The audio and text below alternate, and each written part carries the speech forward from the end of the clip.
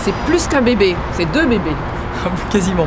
Ça fait plus d'1 an et demi que Florence et moi on travaille vraiment en concert. On avait une réflexion globale sur la production de l'information météorologique à France Télévisions. Donc ça rassemblait beaucoup de paramètres, un audit économique pour savoir combien ça nous coûtait, comment on pouvait améliorer tous les circuits de décision et de production de la météo et pour arriver à quelque chose qui est carrément optimisé. Les nouveautés graphiques, elles sont très importantes parce qu'aujourd'hui, le public de France Télévisions consomme la météo sur une grande dalle de 2 mètres carrés, sur un écran immense comme sur un smartphone, et on veut gagner en lisibilité et on veut gagner aussi en harmonie. En harmonie, absolument. C'était très important d'harmoniser l'ensemble de ce qui se montre sur France Télévisions. Il y avait des choses très disparates, donc cette fois-ci il y a une unification des chartes graphiques avec évidemment des couleurs différentes en fonction des chaînes.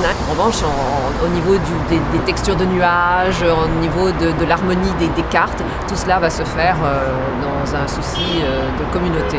On voulait absolument montrer aux téléspectateurs la réalité du ciel. Le téléspectateur doit voir immédiatement quel temps il va faire, ce qu'il va voir dans le ciel.